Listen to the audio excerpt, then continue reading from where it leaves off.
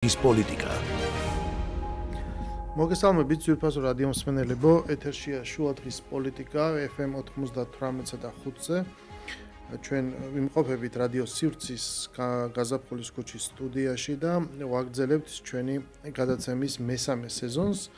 დღეს ჩვენ გადავწყვიტეთ, რომ დღევანდელი გადაცემა მიგვეწყნა განათლების საკითხებისთვის, განათლების რეფორმისთვის, იმიტომ რომ ეს გახდა ერთ-ერთი უკვე ჩატარებული თვითმმართველობის არჩევნების შემდეგ ალბათ ყველაზე ხმაურიანი და ესეთი მასშტაბური თემა, რომელიც საზოგადოებრივ სამსჯავროზე ვერ ვიტყვი რომ გამოვიდა, უფრო დაიძრა და უკვე გამოიწვია ერთგვარი რეზონანსი. მიუხედავად იმისა, რომ არ არის გარკვეული დეტალებით ცნობილი, მაგრამ ჩვენ ნახეთ პრემიერ-მინისტრის გამოსვლა, მისი ინტერვიუები, მისი თქვათ პრეზენტაცია, სადაც მან ეს თქვათ აქცენტი გააკეთა 3 დღის წინ, თუ რა არის მნიშვნელოვანი და რატომ მნიშვნელოვანია ეს რეფორმა, ესე ვთქვათ, დაიწყოს და მან ილაპარაკა, რომ განათლების სისტემაში არსებობს 7 ძირითადი გამოწვევა და საჭირო არის ეს თქვა დიდი სრულმასშტაბიანი რეფორმა იმისათვის რომ ქვეყანა გაუმკლავდეს ამ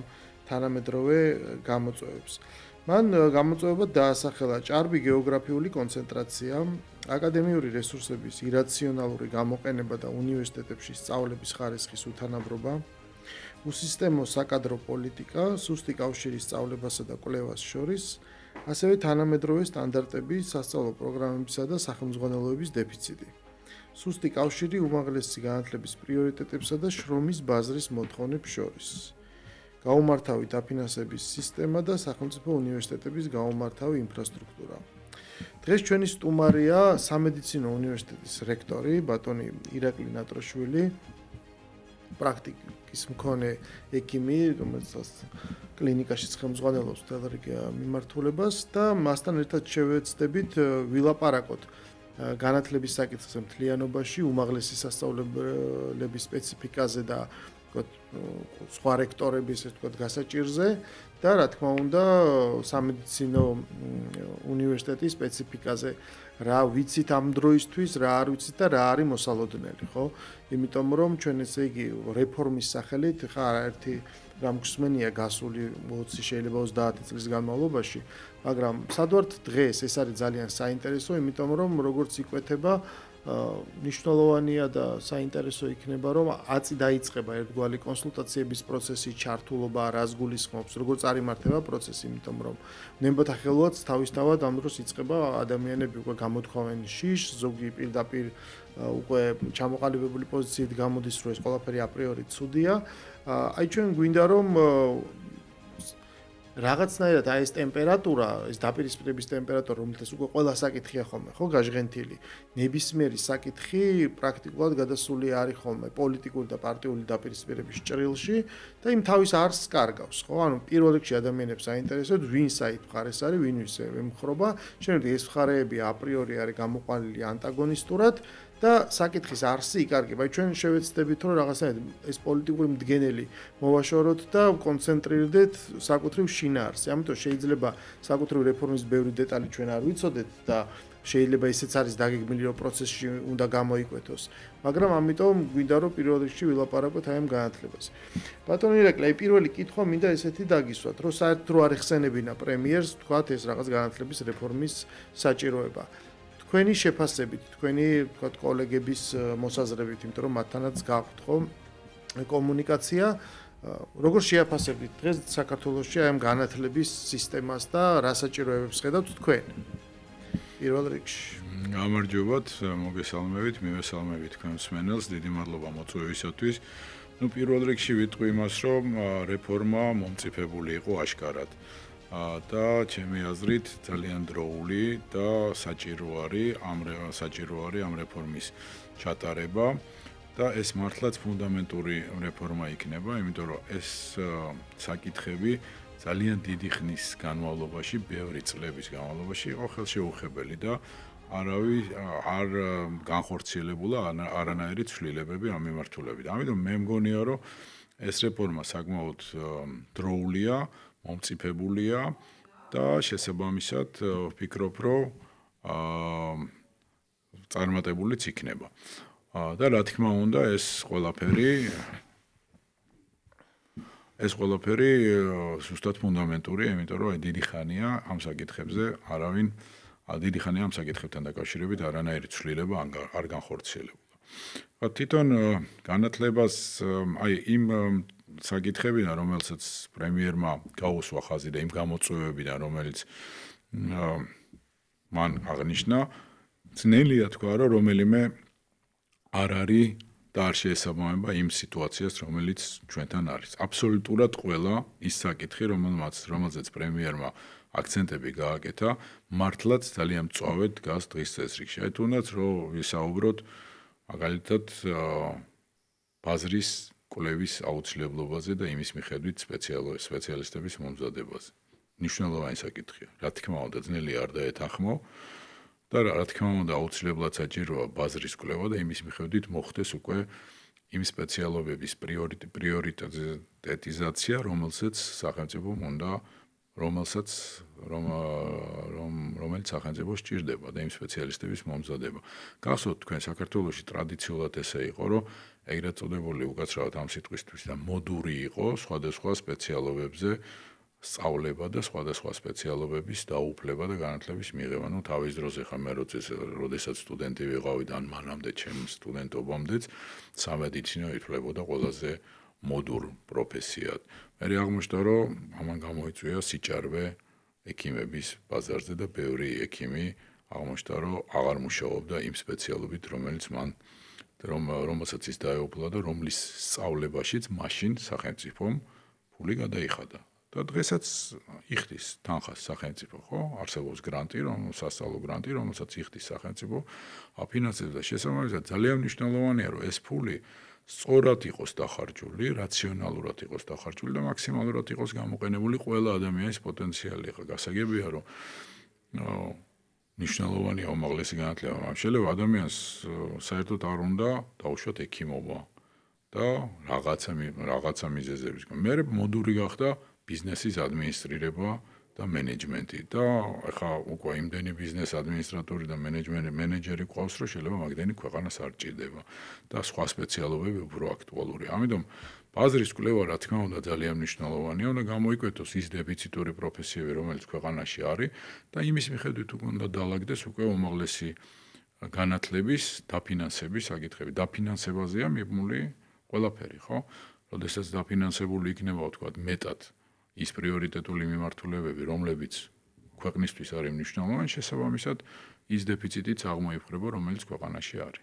ხომ არ გულისხმობს ეს, ხო არ მივიღებ ჩვენ ზედმეტ ჩარევას. ანუ ჩვენ რეალურად გვესმის, რომ მაინც მოდივართ ნახევარი მოსახლეობის მაინც არის საბჭოთა პერიოდში ვართ დაბადებული და იქიდან მოვდივართ და ეს მეხსიერება იმ საბჭოთა სისტემის მანკიერი მხარეებისას, როცა ყველაფერი გეგმიური იყო, ეკონომიკაც გეგმიური იყო, მათ შორის ეს რომელიც სასწავლებელი რა სასწავლის, რა პროფილის არის, რამდენი ადამიანი უნდა მიიღოს და მაგრამ ამ გეგმიურ მიდგომას, რომელიც ქაღალდზე შეიძლება ძალიან გამართული იყოს, ჩვენ გვახსოვს, რომ უამრავი მანკიერი მხარე გამოება შემდეგ, იმიტომ რომ თუ რაღაცა შეზღუდულია და კონკურენცია მაღალია, იმიტომ რომ თქვენ მე მგონი ძალიან მართებული სიტყვა იხმარეთ მოდა, რაღაცა ხდება მოდური. ნუ ძალიან ისეთი შორს მიმავალი სოციალური ფაქტორების გამო, ხო? მოთხოვნა შემდეგ არის მეტი. მოთხოვნა მეტია, იზრდება რაღაც სხვა მანკიერი პრაქტიკების რისკი, რომ იქ ვიღაცას მიიღებენ, ვიღაცას არ მიიღებენ და ასე შემდეგ. ჩვენ როცა იყო მე საბჭოთა კავშირი დაინგრა, იყო 90-იანი წლები, პოსტსაბჭოთა ინერცია გაგრძელდა, მე სტუდენტი ვიყავი მაშინ და მახსოვს კარგად, ხო, მაშინდელი უმაღლესი სასწავლებლები, რომელიც იყო მთლიანად ინერციული და თანდათანობით შემდგომ შემოდის უკვე ეს კერძო სექტორი, ესე ვთქვათ, ხო, კერძო სასწავლებლები, იმიტომ რომ ვთქვათ რა სადღაც გაჩნდა უკვე დამოუკიდებელი კუნძულები, რომ ამ პრაქტიკისგან ერთგვარად მოწყვეტით და თუმცა ის იყო ფასიანი და ის რაღაცას პირადად ანუ უფრო სხვანაირად აძლევდა ამ კვალიფიკაციას. მე მაშინაც მახსოვს და ალბათ დღემდე გამომყვა ეს შთაბეჭდილება, რომ თავარი, იმიტომ რომ ქვეყანაც ამ მდგომარეობაში იყო, ეს იყო ჩემი აზრით ეს არის წყვეტა განათლების ბაზარსა და მერე დასაქმების ბაზარს შორის. ანუ ადამიანები ისე აბარებენ, შეიძლება დღესაც ესეა, ხა მე არ მაქვს დღეს სტუდენტებთან შეხება და რომ საერთოდ ფიქრობენ იმაზე, რომ აი შენ რა განათლებას რო იღებ მართლა აი საჭიროებაზე დაყნობით აკეთებ შენ პირად ინტერესებზე თუ მართლა მოდის გამო თუ რა უფრო გამოგადგება, ანუ რის მიხედვით იღებს დღეს მშობელი ან სტუდენტი გადაწყვეტილება სად უნდა ისწავლოს ბავშვმა. ეს არის წყვეტა, ხო რა ეს აღარ არის საბჭოთა ქვეყანა, სადაც ყველაფერი ასევე დასაქმებაც გეგმიურად მოდიოდა და შეიძლება ფიზიკა, ბირთვულ ფიზიკაზე გესწავლდა, მე დიდი საბჭოთა კავშირის ნაწილი იყავი და სადღაც გაგანაწილებდნენ და გამუშავებდნენ. ხო დღეს უკვე სხვანაირად არის ჩვენ წარმოვადგენთ კაპიტალისტურ ქვეყანას უკვე. აი ამგვარი თავისუფალი ეკონომიკის მქონეს და ვერაფერს ვეღარ აიძულებ.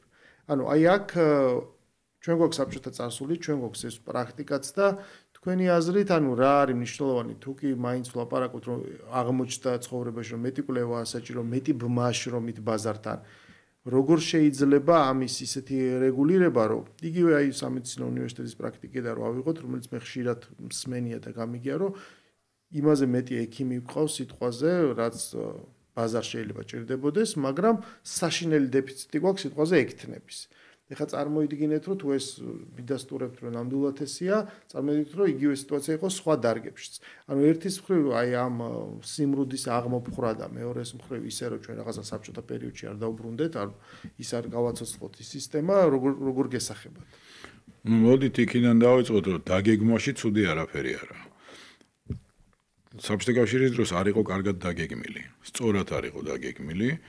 და ამან გამოიწვია გარკვეული პრობლემების გაჩენა და ამან გამოიწვია იმ ქვეყნის რღვევა საბოლოოდ ეკონომიკის გაუმართავობის გამო და ეკონომიკური პრობლემების გამო და ეკონომიური პრობლემების გამო და ხალხს გაუჩნდა უკმაყოფილება და ამან გამოიწვია ქვეყნის რღვევა.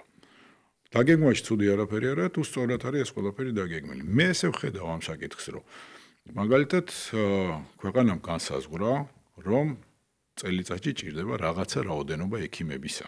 თუ სამედიცინო განათლებაზე ვსაუბრობთ, ხო? ან ინჟინრების, ან ეკონომისტების და ასე შემდეგ და ასე შემდეგ. სახელმწიფო დააფინანსებს იმდენი ადამიანის განათლებას, რამდენიც მას ჭირდება. მაგრამ არავინ არ ზღუდავს, თქვათ, თუ უნდა დამატებით ვიღაცას კიდე და ვერ მოხვდა ამ კვოტაში. ხო? კონკურენტულ გარემოში გამოცდების ჯაბარების დროს ვერ მოხვდა ამ კვოტაში, კი ბატონო მიიღოს იგივე სამედიცინო განათლება, უნდა გადაიხადოს ამაში ფული. არ არის პრობლემა. არავინ არ ზღუდავს. საბჭოთა კავშირის დროს ეს შეუძლებელია. საბჭოთა კავშირის დროს ეგ არ ხდებოდა. ამიტომ აბსოლუტურად განსხვავებული მიდგომა არის, აბსოლუტურად განსხვავებული მიდგომა არის, არავინ არ ზღუდავს. თქვენ სწორად აღნიშნეთ, ჩვენ კაპიტალისტური ქვეყანა ვართ, ამიტომ ბაზარი არეგულირებს ყველაფერს. სახელმწიფო ამბობს, რომ მე მჭირდება აი ამ დარგის ამდენი სპეციალისტი და მე ამდენს დავაფინანსებ.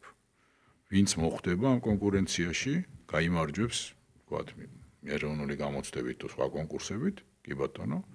ვინც ვერ გაიმარჯვებს და მაინც უნდა ამ სპეციალობით განათლების მიღება, კი ბატონო, ბაზარია და გადაიხადეთ თანხა და მოხდი ამ სპეციალობას. ან ჩააბარე მეორე წელს, რაც არის. ხო, ან მეორე წელს ჩააბარე, ან ეს პრაქტიკა საბჭოთა კავშირის პერიოდშიც იყო. კი, როგორ არის. ისე უნდა ხოლმე რომ რომც ვერ ხვდებოდა, მაინც რა თქმა უნდა, ძალიან ბევრი იყო, რომელიც სამედიცინოზე 7 და 9 წლის განმავლობაში აბარებდა. იყვნენ ესეთი ადამიანები.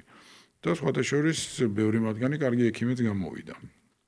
მე მყავს ესეთი ნაცნობები, რომლებიც წლების განმავლობაში აბარებდნენ და კარგი ექიმებიც დადგნენ მერე მომავალში. ამიტომ კონკურენცია სახელმწიფო გეგმავს სწორად უნდა დაგეგმოს და სწორად დაგეგმავს იმ სპეციალისტების რაოდენობას, რომელიც მას სჭირდება. მაგალითად, რამდენი ინჟინერი ჭირდება, რამდენი ეკონომისტი ჭირდება, რამდენი ექიმი ჭირდება. იგივე თქვა პოსტდიპლომი რთული დასათვლელი არ არის, იმიტომ რომ ჩვენ სტატისტიკა ჩვენ ვიცით, წლიური ესე ვთქვათ მიმოქცევა თუ შეიძლება ითქვას, ხო, რაღაც დატვირთულობა პაციენტი რამდენია ასაკობრივი ზღვა უამრავი გაზომვადი პარამეტრი არსებობს ცოტა რთული არის კიდე აბსოლუტური სიზუსტეც არ არის საჭირო მიახლოებით შეიძლება იმის დათვლა ხო რამდენი კიდე გასათვალისწინებელი კიდე გეოგრაფიული ხელმისაწვდომობა იმიტომ რომ მარტო რაოდენობაზე პაციენტების რაოდენობაზე გაჩნდეს სად არის ვერ გააკეთებ მაგალითად ესე რომ დათვალო მაგალითად ისეთ რეგიონებში სადაც უფრო ნაკლებად არის ხალხი დასახლებული მაგრამ გეოგრაფიულად ხელმისაწვდომობა უნდა უზრუნველყოთ ამ ადამიანებისთვის, მაგალითად მაღალმთიან რეგიონებში, ესე მარტო სტატისტიკურად პაციენტის რაოდენობაზე გადათვლით ვერ გააკეთებ გათვლას. ეგეც გასათვალისწინებელია. ყველაფერი დათვლადია აბსოლუტურად და მე დარწმუნებულია, რომ ესეც სწორადაც დაითვლება და უკვე მაგის მიხედვით უკვე დაიგეგმება, თქვა, რომელი სპეციალობის რამდენი ადამიანი გვჭირდება, რომ მუდმივად ეს სპეციალობა არ იყოს დეფიციტური ქვეყანაში. იგივე მაგალითად, იგივე უნდა შეეხოს პოსტდიპლომურ განათლებასაც და მე დარწმუნებულია, რომ ამასაც შეეხება, იმიტომ რომ პოსტდიპლომურ, მედიცინა ორი ნაწილისგან შედგება, სამედიცინო განათლება ორი ნაწილისგან შედგება, დიპლომამდელი და დიპლომის შემდგომი. დიპლომის შემდგომი განათლება, რეზიდენტურა იგულისხმება ამ შემთხვევაში, რომელი სპეციალობებით გვჭირდება რეზიდენტურა, რამდენი ადამიანი შესაძლებლობა უნდა იყოს რეზიდენტურაში მოხვედრის, თქვა, ფსიქიატრიაში, თერაპიაში, ქირურგიაში თუ ასე შემდეგ და ასე შემდეგ. ესეც წინასწარ უნდა იყოს განსაზღვრული, უნდა ვიცოდეთ, რომ ეს დეფიციტი არ შეიქმნას ქვეყანაში. რა თქმა უნდა, ექთნების დეფიციტი არის, ხა ეს საიდუმლო არ არის და ვიცით, რომ ექთნების დეფიციტია ქვეყანაში, აქაც კომპლექსური მიდგომა არის საჭირო და ვფიქრობ, რომ ესეც განხორციელდება და იმედი მაქვს განხორციელდება ამ რეფორმის ფარგლებში. ეხლა მინდა ორ საკითხზე გადავიდე, რომ ჩვენ ვლაპარაკობდით ეთერამდე, რომ ბევრი დეტალი შეიძლება ამ რეფორმის არ ვიცოდეთ და თან მით უმეტეს ბევრი მიმართულების სპეციალობა და სპეციფიკა არსებობს, ხო, ყველას თავის მართლა სპეციფიკა აქვს და შეიძლება სადაც ერთი კრიტერიუმი მუშაობდეს, მეორეგან სხვა ადაპტაცია იყოს საჭირო. მით უმეტეს ეხლა სამედიცინო პროფილიც ძალიან სპეციფიურია, სხვა ტიპის განათლების საფეხურებია და ასე შემდეგ. რომ დავანებოთ, თქვათ, რომ მე როგორც შტაბ-ეჭდილება მართლა დამრჩა გულწრფელად, რომ ბევრი რაღაცა არსებობს, რაღაცა მონახაზის დონეზე, ძირითადი პრინციპები, თუმცა და ეს მზაობა გამოთქმულიც იყო, რაღაცა დეტალები და საბოლოო ჯამში ეს რეფორმა ყოვლის მომცველი რა ფორმას მიიღებს, ეს უკვე ამ კომუნიკაციის თუ ბევრი დისკუსიის და მსჯელობის შედეგად უნდა განისაზღვროს და რასთავარია ჩართულობით. თქვენ ეხლა სიტყვაზე ეხლა რომ პრემიერთან იყოს შეხვედრა, ხო, თქვენი შტაბ-ეჭდილება რომ თქვათ რაღაცა დაგროვდა პრობლემები, მაგრამ ამაზე არავინ არ ლაპარაკობს, ქვეყანა მოცული არის რაღაცა პოლიტიკური უკვე აბსოლუტურად შეურაცხყოფის დონეზე ასული საკითხებით და ვიღაცას როგორც იქნა დამთავრდა ეს ფაზა და ეხლა გავახსენდა რომ საქმეა ქვეყანაში გასაკეთებელი და იწყება ეს პროცესი. ასე ვქო განათლების რეფორმა. თქვენი სურვილი რა იქნებოდა, თქვათ რა სიტყოდით, რომ მნიშვნელოვანია ან აქცენტის გაკეთება ამაზეა პრიორიტეტი რაღაცის, ან რაღაც კონკრეტული რაც სასურველია არ გამოგვრჩეს და ასე შემდეგ. წმინდა სურვილების დონეზე რო ველაპარაკ. თუ სამედიცინო განათლებაზე ვისაუბრებთ, იმიტომ რომ მოდით მე არ გადავალ სხვა სპეციალობებზე, იმიტომ რომ სამედიცინო განათლებაში რა პრობლემებიც არის, ეს პირველ რიგში ის არის, რაც მე უკვე გითხარით, რომ მაქსიმალურად უნდა მოხდეს მუშაობა იმ მიმართულებით, რომ აღმოიფხვრას ის დეფიციტური პროფესიები, რომლებიც დღეს გვაქვს და მართლაც არის ქვეყანაში დეფიციტური პროფესიები, შექმნილი სამედიცინო დეფიციტური პროფესიები, რომელიც უნდა აღმოიფხვრას აუცილებლად დაწყებული ექთნებიდან და დამთავრებული ექიმებით, სხვადასხვა საექიმო სპეციალობებით, რომელშიც აღმოჩნდა, რომ გვაქვს დეფიციტი, იმიტომ რომ როგორ არის ცით აღმოჩნდა, რომ რამოდენიმე ერთ ადამიანს შეიძლება ჰქონდეს ლიცენზია სხვადასხვა სამედიცინო სპეციალობაში, მაგრამ რეალურად თქვათ მუშაობდეს ერთ-ერთ მათგანში. კი აქვს თქვათ 4-5 ლიცენზია, ზოგ შეიძლება მეტიც კიდე, მაგრამ მუშაობს ერთი რომელიმე მიმართულებით. და ლიცენზირებული ადამიანების სტატისტიკა რო გააკეთო, ამ დარგში თითქოს არ არის დეფიციტი. იმიტომ რომ ლიცენზია გაცემულია და აქვს ლიცენზია. ითვლი რამდენია ლიცენზირებული, მაგრამ პრაქტიკაში შეიძლება პრაქტიკაში გვაქვს დეფიციტი. ამიტომ ეს საკითხი არის მნიშვნელოვანი და გასათვალისწინებელი, რომ მაქსიმალურად მოხდეს მოცვა იმ სპეციალობების, იმ დეფიციტური პროფესიების, რომელიც ეს არის ყველაზე მნიშვნელოვანი ერთი საკითხი და მეორე საკითხი, რა თქმა უნდა, ეს არის მიგრაციასთან ბრძოლა და მაქსიმალურად შემცირება იმ ადამიანების რაოდენობისა, იმ ახალგაზრდების რაოდენობისა, რომლებიც ცდილობენ, რომ წავიდნენ ქვეყნიდან და გააგრძელონ მუშაობა სხვა ქვეყანაში. ამისთვისაც კი არ უნდა შეიზღუდოს ფიზიკურად ეს შესაძლებლობა და არ შეიზღუდება ფიზიკურად. უბრალოდ აქ უნდა შეიქმნას მათთვის ისეთი პირობები, რომ მათ აღარ მოუნდეთ წასვლა ქვეყნიდან და ჩვენი რესურსი დარჩეს ჩვენ ქვეყანაში, იმიტომ რომ პირველ რიგში ჩვენი ქვეყანა უნდა იყოს უზრუნველყოფილი იმ ყველა დეფიციტური თუ საჭირო პროფესიებით და ახალგაზრდებით და მერე უკვე შესაძლებელია სხვა ქვეყანაზე. სხვათა შორის მიგრაციის მე ერთხელ მახსოვს კამათი მომივიდა და არსებობს ეგეთი პოპულისტური, ასევე პოლიტიკური ნაწილიდან შეხედულება, რომელსაც გამოთქვამენ ხოლმე, რომ აი ქვეყანა ყოფება აპოკალიფსში, აბსოლუტურად გაღატაკებულია და ამიტომ ხალხი გარბის. და ერთხელ გამოვთქვი, რა თქმა უნდა, საშინელი თავდასხმა მივიღე, მაგრამ გამოვთქვი მოსაზრება, რომ ეს არ არის მხოლოდ მიზეზი რა, ვიღაც შეიძლება გაჭირვების გამო გარბის და ესეც იყო და გვახსოვს, მაგრამ ეს თანათანობით იცვლება ტრენდი. გარბის იმიტომაც შეიძლება ვიღაცას პარადოქსულად მოეჩვენოს, რომ ქვეყანაში ეკონომიკური მდგომარეობა და ბევრი რაღაცა უმჯობესდება, ეს ერთ-ერთი მიზეზი იმ გაგებით შეიძლება იყოს, რომ აქ მიღებული განათლებით, ცოდნით, უნარით და ჩვევებით ადამიანი ხდება უფრო მაღალ კონკურენტ უნარიანი, უბრალოდ ქვეყანა კონკურენციაში, როგორც ქვეყანა თუ შევა, ინდივიდის დონეზე იმას შეუძლია კონკურენცია სხვა ქვეყნის მაცხოვრებელს გაუწიოს და წავიდეს და იქ მიიღოს მაღალანაზღაურებადი სამუშაო და დღეს ქვეყანა ვერ უწევს კონკურენციას სხვა განვითარებულ ქვეყანას და ამიტომაც ის უკეთესისთვის მიდის. იმიტომ კი არა, რომ აქ საშველი არა აქვს. რაც ბუნებრივი ადამიანური ფაქტორია, ხო, мотиваტორია იმისი, რომ შენ რაღაც თუ საშუალება გაქვს რომ მეტი კონდეს, შეიძლება წახვიდე. ვიღაცას მე სამაგეროდ სხვა ფაქტორია ის უმას უცხოეთი ქვია, ამას სამშობლო ქვია, ხო? ამიტომ ეს ძალიან რთული არის. როგორ შეიძლება ეს ხო არის საბჭოთა კავშირი, სადაც ხა სტალინის პასპორტებს აურიგებდა გლეხებსთან გასვლა არა, მაგაზე არც უნდა ვიფიქროთ. ხო, თავისუფალი მიმოქცევაა და შესაბამისად ბუნებრივი კონკურენციაში გიწევს უკვე შესვლა. მით უმეტეს რომ თქვით უკვე გეოგრაფიული ფაქტორი. არსებობდა მაშინ ესეთი პრაქტიკა, რომ შენ სადღაც რომ დაამთავრებდი სამედიცინო, სადაც უნდა გემუშავა. განაწილება რომ გააკეთო, აქაც ამ შემთხვევაში мотиваტორი კი უნდა იყოს არა ვალდებულება, რომ გინდა თუ არა რაღაც კატორღასავით უნდა მოიხადო, არამედ ის რომ ეს უნდა იყოს მიმზიდველი. მით უმეტეს დღევანდელი საქართველო აღარ არის 30 წლის წინანდელი, ხო, მისაწვდომობა, ცივილიზაცია, ანუ ელემენტარული ინფრასტრუქტურა პრაქტიკულად თანათავით მოიცავს უკვე მთელ ქვეყანას და გადაადგილებას და ყველაფერი ძალიან ისეთია, მობილური გახდა ამ ხრივ ქვეყანა. ანუ მთელი ეს ფაქტორები აღმოფხვრა ალბათ აი ამ სფეროს გააჯანსაღებს. თუმცა აი თქვენ თუ გავთ თქვენი სტატისტიკა, მაგალითად, იმასთან დაკავშირებით, რომ კურსდამთავრებულები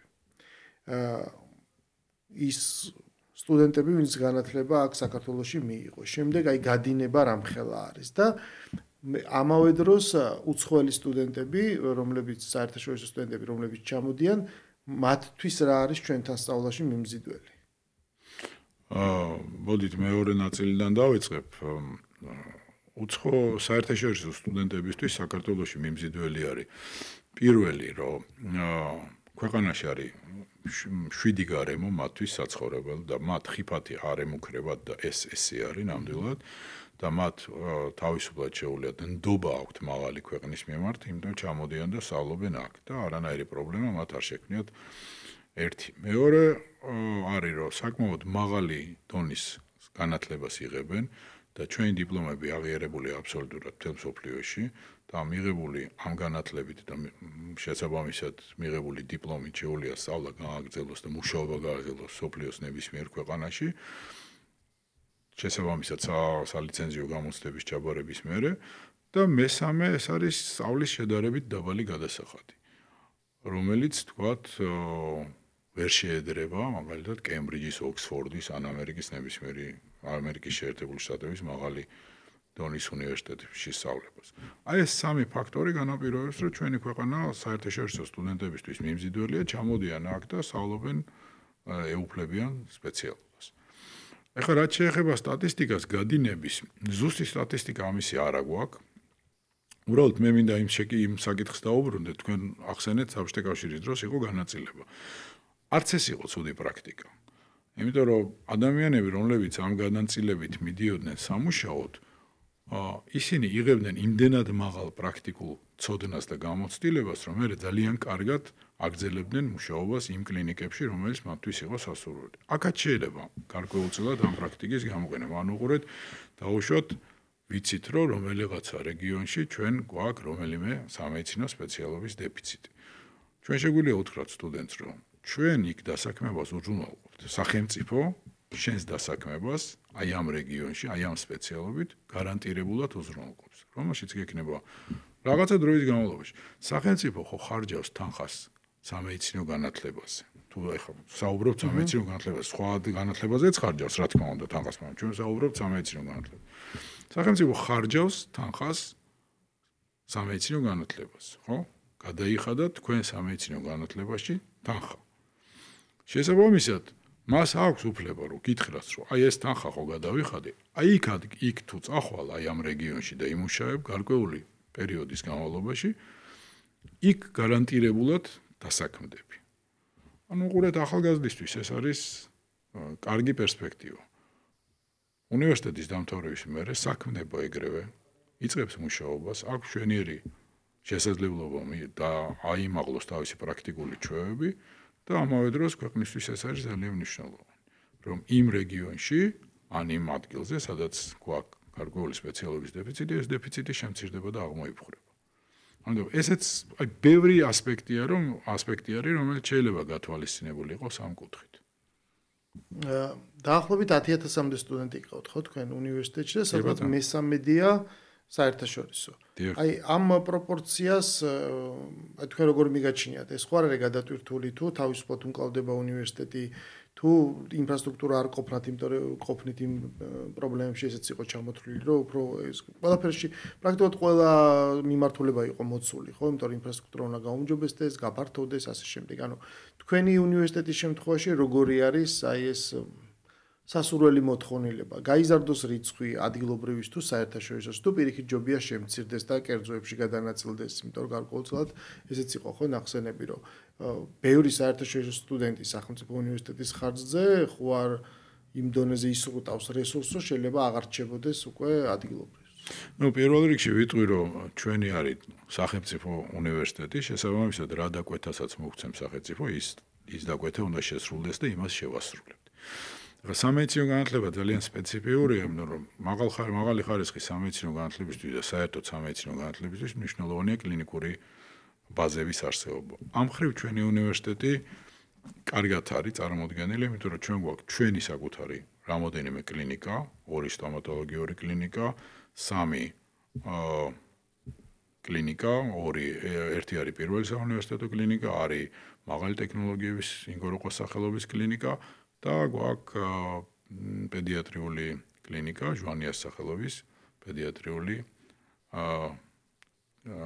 საუნივერსიტეტო კლინიკა, პედიატრიის საუნივერსიტეტო კლინიკა. შესაბამისად, კლინიკური ბაზები კარგად არის წარმოდგენილი, კარგად აგვაქვს ჩვენს უნივერსიტეტში და კიდე სულ ზრუნავთ საუნივერსიტეტო კლინიკების გაფართოებაზე და ბაზების გაფართოებაზე. ნუ მაგალითად ეხლა ძალიან მალე გაიხსნება მენტალური ჯანმრთელობის კლინიკა, რომელიც დასრულებულია უკვე პრაქტიკულად ეხლა შიდა სარემონტო სამუშაოების დასრულებაზე მიდის მუშაობა და 2026 წლიდან ეს კლინიკა გაეშვება. ასევე სადაც განთავსდება თბილისის სახელმწიფო სამედიცინო უნივერსიტეტის შესაბამისი პროფილის დეპარტამენტები და შესაბამისად სტუდენტებიც იქ ივლიან დიპლომამდელ განათლებაში და დიპლომის შემდგომ განათლებაში. ასევე ვზრუნავთ საუნივერსიტეტო ინფრასტრუქტურის გაუმჯობესებას. თუ გადაიხედე, ანუ დღეს უნივერსიტეტი იმ კვოტების ფარგლებში მუშაობს, რომელიც იყო დამტკიცებული. თუ გადაიხედება ეს კვოტები და უფრო სხვა მოთხოვნები დადგება, კი ბატონო, გადავხედოთ და იმ კვოტებს ეს ანუ თქვენ ამბობთ რომ კვოტირებულია ეს კვოტირებულია რამდენი უნდა იყოს რა თქმა უნდა იმაზე მეტ რიცხვს ვერ იღებთ ვერც საერთაშორისოს ვერც ადგილობრივ რა თქმა უნდა კვოტირებული ყველა უნივერსიტეტისთვის განსაზღვრულია ეს კვოტები შესაძლოა ეს კვოტები გადასახედია ამას ამ რეფორმის ფარგლებში ვიმსჯელებთ გადაწყდება ეს საკითხი და შესაბამისად იმ კვოტების მიხედვით გავაგრძელებთ მუშაობას, რომელიც დამტკიცდება უკვე ამ რეფორმის ფარგლებში. თქვენი პრაქტიკიდან გამომდინარე და თქვენი სასწავლებლის სპეციფიკიდან გამომდინარე, ყველაზე ისეთი მეტი აჟიოტაჟი მოყვა ესეთ გახმიანებულ თემას, რასაც ქვია სასკოლო განათლების ხანგრძლივობა. ევროპაში ეს დიდწილად მე რაღაცები მოვიძიე და არის 12 ან 13 წლიანი. რომელს თავის ისტორიული წარსული გააჩნიას, როგორ მივიდა აქამდე. და 50-იან 60-იან წლებში სხვანაირად იყო, შემდეგ შეიცვალა განსაკუთრებით ბოლონიის პროცესის შემდეგ, როდესაც ხდება აი ამ პროცესის საფეხურებრივად დაყოფა უფრო ანგლოსაქსონურ პრაქტიკის გათვალისწინებით და შემდეგ ინტეგრაცია, ხო, რომ თავსებადი იყოს სხვადასხვა ქვეყნის სისტემები.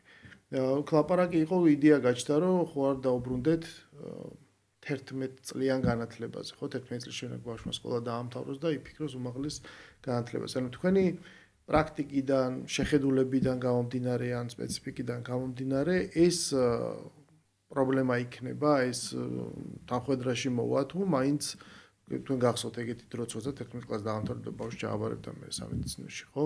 რომელი უფრო უპრიანია, რომელი მიდგომა. ანუ უყურეთ, პრობლემა რატო გაჩნდა და რატო დაიწყო ამაზე საუბარი, იმიტომ რომ დღეს რეალურად მე-12 კლასში პრაქტიკულად არაფერი არ ხდება. ხო და რატო? ანუ არა აქვს მე-12 კლასს თავის სასწავლო პროგრამა, რაზე იხარჯება ეს მე-12 კლასი? ხო და მე არ ვიცი, ამიტომ სასკოლო რეფორმასთან დაკავშირებით მე ვერაფერს ვერ გეტყვით. მე უბრალოდ ფაქტის კონსტატაცია შემიძლია. თქვენთან რომ ბავშვი მოდის, რა ჯობია იყოს? ნუ აი 12 კლასს დამთავრებული იმ გაგებით კი არა რომ იქ რა ისწავლა ან რაში მოემზადა, ხო? მეც არ ვიცი სიმართლე გითხრათ, მაგრამ რა ჯობია იდეაში? რა ასაკის ესე რომ ვთქვა. ერთ-ერთი მიზეზი რის გამო სხვა შორის ევროპაში მაშინ ის ბოლონიის პროცესი და მანამდე ამ სორბონის შეთანხმება გაკეთდა, იყო რომ ბევრი ფაქტორი იყო. ხო 18 წელი ნიშნავს ჯერ ეს სრულწლოვანი ხდები, მერე მუშაობა შეგიძლია, რომ დაამთავრე სკოლა თუ არ გინდა ჩაბარება, წახვალ პირდაპირ მუშაობას დაიწყებ, ხო? რამდენიმე ძირითადი ფაქტორი იყო, რის გამოც მოხდა აი ამის ამ 12 წლიანზე აწევა. ხო და ჩვენ შემთხვევაში რა თქმა უნდა ჩვენ შინაარსზე ვაკეთებთ აქცენტს, ხო? ანუ ადამიანმა თუ 11 წელში დაამთავრა ეს სკოლა პროგრამა და მე ერთი წელი არ ვიცით რა საკეთებს ქვია ამას მე-12 კლასი და ანუ ან ემზადება, არ ემზადება, ელოდება. მაგიტომ მაინტერესებს რომ სამედიცინო შემთხვევაში როგორც ჯობს. ნუ ეგ დამოკიდებულია რამდენად კარგად სწავლობს ბავშვი სკოლაში. მეც და ჩემმა თანატოლებმაც ყველამ 11 წლიანი განათლება მივიღეთ სკოლაში, მაშინ არ იყო 12 წელი. და რა ვიცი, ვთვლი რომ უფრო ან მანამდე 10 იყო კიდე საერთოდ. ნუ მე 11 წელი, მე მომიწია 11-მა წელმა, იმიტომ რომ მაშინ ეგრეთ წოდებული 0 კლასი იყო და მერე კიდე 10 კლასი იყო, რომელსაც უკვე 0-ის მერე განათლებას იღებდნენ, ანუ სულ ჯამში 11 წელი გამოვიდა და რა ვიცი, არც მე ვითვლები უდექიმად და ბევრი ჩემი თანატოლი არის, რომელიც ასევე ძალიან კარგი ექიმები არიან. ამიტომ შესაბამისად ეგ დამოკიდებულია როგორ განათლებას მიიღებს ბავშვი სკოლაში. კი ბატონო. მე დარწმუნებული რო ყოფილიყო კარგად გაწერილი მე-12 კლასის პრობლემა, არ დადგებოდა ეს საკითხი, მაგრამ სწორედ ფაქტიდან გამომდინარე, რომ რეალურად მე-12 წელს ძირითადად დაკავებულები არიან მომზადებით და სკოლაში ანუ გამოცდებისთვის მომზადების პროცესით არიან დაკავებული ბავშვები და სკოლაში პრაქტიკულად ამ მიმართულებით ბევრი არაფერი არ ხდება და ბევრი მათგანი არც ადის სკოლაში, ალბათ არ ვიცი ხა. აქედან გამომდინარე დადგა ეს პრობლემა. მე მგონი აი ფაქტიდან გამომდინარე გამოვიდა ეს პრობლემა. ხო, თუმცა სამედიცინო სპეციალობისთვის სადაც მე მგონი ყველაზე უფრო ხანგრძლივია, ხო, ეს განათლების მიღების პროცესი. 6 წელია, 6 თუ ლაბორატორიით დიპლომირებული მედიკოსის პროგრამაზე, ანუ იქ, იმიტომ რომ ჩვენ ხო სხვა რამოდენიმე პროგრამა გვაქვს, სტომატოლოგიის პროგრამა გვაქვს, ფარმაციის პროგრამა გვაქვს, ფიზიკური მედიცინის და რეაბილიტაციის პროგრამა. თუ დიპლომირებული მედიკოსის პროგრამაზე საუბარი, 6 წელია დიპლომამდელი განათლება და მერე უკვე პოსტდიპლომური განათლება გააჩნია რა სპეციალობით მიდიხარ. წლები მაგაზია დამოკიდებული. ხანგრძლივობა. კარგით, რეფორმის საკითხს რო დაუბრუნდეთ, მსმენელს რომ უთხრათ და მაყურებელსაც, იმიტომ რომ ინტერნეტშიც გადაიცემა ეს ეთერი, როგორ რა ვიცით აქამდე, თქვა თქვენ როგორც სახელმწიფო სასწავლებლის ხელმძღვანელმა რა ნაბიჯები უნდა გადაიდგას, თქვა იქნება თემატური ჯგუფები, იქნება განხილვა, ჩართვა, ანუ ვიცით რომ ეს რეფორმა არ არის მოცემული ეს თქვა ქაღალდზე დასრულებული სახით და მე უბრალოდ განხორციელება არ არის დარჩენილი, ხო, ამ ეტაპზე არ ვართ მისული. რა უნდა მოხდეს, რა ნაბიჯები უნდა გადაიდგას, თქვენ რა მოლოდინი გაქვთ სიტყვაზე, რა თქვა როგორ იქნებოდა ის პროცესი, რომ თქვათ რომ პროცესი სწორად მიიმართება, რასაც ქვია რეფორმის დასრულებულ სახამდე მისვლა. მე ვფიქრობდა დარწმუნებული ვარ, რომ დაიწყება ინტენსიური კონსულტაციები და საუბრები, როგორც უმაღლესი საგანმანათლებლო დაწესებულებების ხელმძღვანელებთან, ასევე სასკოლო დაწესებულებებთან. და მხოლოდ მაშინ უკვე ჩამოყალიბდება რეფორმის საბოლოო სახე. ეს ჯერაც იყო გამოცხადებული ბატონი პრემიერის მიერ, არის კონცეფცია განათლების, უმაღლესი განათლების რეფორმის და დეტალებზე უკვე დაიწყება საუბარი ჭიდროთ გარკვეულ თემატურ ჯგუფებში. მე დარწმუნებული ვარ, რომ ესეც იქნება და უკვე შემდგომ უკვე ჩამოყალიბდება საბოლოო სახე რეფორმის და უკვე გვეცოდინება დეტალები ზუსტად რა მიმართულები და რას ვაკეთებთ. ეხლა სანამ ეთერი დაიწყებოდა, აი ნახე რაღაცა ინფორმაცია. ანუ გაარსებობს ესეთი მოძრაობა ქართული განათლება საფრთხეშია. ეს არ ვიცი, ეხლა შეიქმნა თუ მანამდეც არსებობდა, მაგრამ ვიღაცები რაღაც შეიკრიბდნენ ჩვენ საქართველოს უნივერსიტეტების პროფესორ-მასწავლებლები, მკვლევარები და სტუდენტები. და ვეხმიანებით ამ კონცეფციას, სადაც ნათქვამია, რომ საქართველოს გამოუკიდებლობის გამოცხადების დღიდან არაერთი ნაჩქარევი და ცუდად დაგეგმილი რეფორმა გამოვიარეთ. ამიტომ ეს შეცდომა აღარ უნდა დაუშვათ, მე ხა ეს მოკლე შინაარსს ვკითხულობ და რომ ეს წარმოდგენილი კონცეფცია წინააღმდეგია კონსტიტუციასთან, არღოს აკადემიურ თავისუფლებას, უნივერსიტეტების ავტონომიურობას და ასე შემდეგ. და მოკლედ ყველა მიმართულებით ეს უკვე კონცეფციის დონეზეც კი არის გაკრიტიკებული. ანუ თქვენ თუ ხედავთ, პლუსებზე უკვე ვილაპარაკეთ, თქვათ ის გამოწვევები, რაც აქვს განათლების სისტემას, რის მოგვარებად შეიძლება, მაგრამ თქვენ თუ ხედავთ რამე საფრთხეს, თქვათ, რა საფრთხე არსებობს იმისი, რომ ეს ყველაფერი ცუდად შემოტრიალდეს, ანუ უარესი მივიღოთ, ვიდრე დღეს გვაქვს. ნუ ახლა ადამიანმა ხო ჭიქა ნახევრად ცარიელია თუ ნახევრად სავსეა. ხო, თუ ახლა ყოველთვის გინდა ყველაფერში რაღაცა საფრთხე დაინახო, ამის სირთულე ნამდვილად არაა, ყველა შეუულია რაღაცა საფრთხე დაინახოს, მაგრამ რატო ლაპარაკობთ საფრთხეებზე? მოდი ჯერ ვიფიქროთ, იქნება სასიკეთოდ შემოტრიალდეს რაღაცეები. არა, მით უმეტეს, როცა კარი თქვა გახსნილია და ლაპარაკია, რომ მოდი არც ეს ცნობილი დილემაა, ხო, ჭიქის ნახევრად სავსე და ნახევრად ცარიელი, მაგრამ ეხლა ლაპარაკობთ, რომ საერთოდ მოდი აი რაც ჭიქაში დარჩა წყალი პრობლემურია უკეთო და გამოსაცვლელია. მოდი ვილაპარაკოთ, რომ აი ამ ჭიქაში როგორი წყალი ჩავასხათ. და რამდენი? საერთოდ რამდენი როგორ რანაირად, ოღონ ეს გადავწყვიტოთ ერთად. ანუ შემოთავაზება არის ღია პროცესის. პასუხად ვიღებთ უკვე ჩაკეტილ პოზიციას, რომ ეს იმთავითვე უკვე ცუდია და არ ღირს არაფერში ამაში შესვლა, მაგრამ მე მიჩნდება ხოლმე კითხვა, ხა შეიძლება პირდაპირ თქვენ არ იყოთ ამისად რიტორიკულად ვკითხულობ, ხო ამის ადრესატი, რომ აი კარგი, აი დავუშვათ ეს არის ერთგვარი ბოიკოტირების გზა, ხო? გავყევით ამას, რომ აი ეს ყველაფერი გაკრიტიკებული, დაწერეს ახლა ეს ტექსტი გამოაცხეს, ან რაღაც ბრიფინგზე წაიკითხეს, მორიგი საინფორმაციო რაღაც სიახლე შექმნეს, აღშფოთით ხალხმა ემოცია გამოუშვა, ზოგი ჩემი ნაცნობიან ბავშვის ექიმია და რაღაც იმის შუაზე გადავიდა და ეს ბევრი ემოცია გამოუშვა და მე ანუ ამას რა უნდა მოყვეს შემდეგ? აი, მაშინ ჩავარდა პროექტი და გამოვიდა ხოლ პრემიერი და თქვა რომ უი ნახეთ წინააღმდეგობა არის აი ვიღაც ქალბატონს ეს არ მოიწონა და მოდი გავჩერდით. აი რო გავჩერდით მე რა ხდება? ანუ ესე იგი ის საკითხები რაზეც თანხმდებით რომ ნამდვილად პრობლემურია, ამის გამოსწორებაზე აღარ უნდა ვილაპარაკოთ? ხო და მაგაშია საქმე, ანუ კრიტიკა არის ყველაზე მარტივი, ყველაზე მარტივია იძახო რომ ცუდია. მოდი თქვათ მაშინ რა არის ცუდი კონკრეტულად და რა უნდა გაკეთდეს რომ იყოს კარგი და ამაზე არავინ არ ლაპარაკობს. ანუ ვინც ეწინააღმდეგება აპრიორი გამოდიან წინააღმდეგება, ხო დეტალები ჯერ ხო არ ვიცით.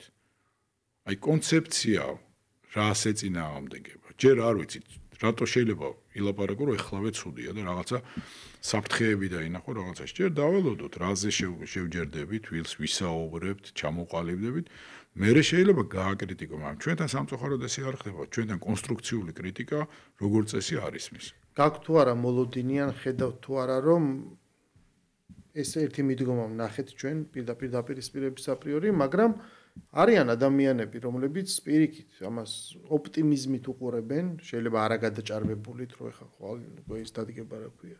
64-ში ვიც გავიღვიძებთ, მაგრამ ოპტიმიზმით უყურებთ და მზად არიან რომ ჩაერთონ თანამშრომლობაში, დაიწყონ რაღაც კონკრეტიკაზე ლაპარაკი. თავისი პრაქტიკა თუ თავისი გამოცდილება გარკვეულწილად მოახმარო, იმიტომ რომ ეს ხო საბოლოო ჯამში განზრახულობა მხოლოდ ერთია, რომ ქვეყნისთვის იყოს რაღაცა უკეთესი, ხო? უამრავი შეცდომა შეიძლება იყოს დაშვებული ან რაღაც არასწორად და ამიტომაც არის პირველ რიგში ფონი, რომ ყველას ხმა რა ვისაც რა იქნება სათქმელი ეს სწორად გავიგოთ. და თქვენ გეგულებათ თუ არა, ხედავთ თუ არა განწყობებით თქვენ დარგში, აი ესეთ დამოკიდებულებას და განწყობას, ვისაც უნდა რომ იქნებ დადგა რაღაც მომენტი, შესაძლებლობის ფანჯარა არსებობს, რომ თუ რაც დაგროვდა პრობლემები ეს რაღაცნაირად იქნებ გადაიჭრეს. იქნებ მივაწვდინოთ ის ხმა მას, ვინც იღებს გადაწყვეტილებებს. თუ ხედავთ თქვენ ამ განწყობას. მე მგონი ეგ განწყობა არის, ხედავ მე ამ განწყობას და ეხლა დაიწყება უკვე ინტენსიური კონსულტაციები და ნებისმიერი მტკივნეული საკითხის გაჟღერება შეიძლება უკვე და ამიტომ შესაბამისად მე ჩამოყალიბდება უკვე დეტალები ამ რეფორმის. ამიტომ მე მგონია რომ ეს ჩვეულებრივი სამუშაო პროცესია. სამუშაო პროცესი იწყება ეხლა ფაქტიურად. კი ბატონო, ძალიან საინტერესო იყო ბატონო ირაკლი თქვენი სტუმრობა, ეს დისკუსია. მე ვფიქრობ და მე ძალიან მოხარული ვიქნები რომ თუ ჩვენ და კიდე ბევრ სხვა სტუმარს აი ამ საკითხზე მოგვიწევს ხშირად ლაპარაკი და ბევრი ისეთი ასპექტის გაშუქება,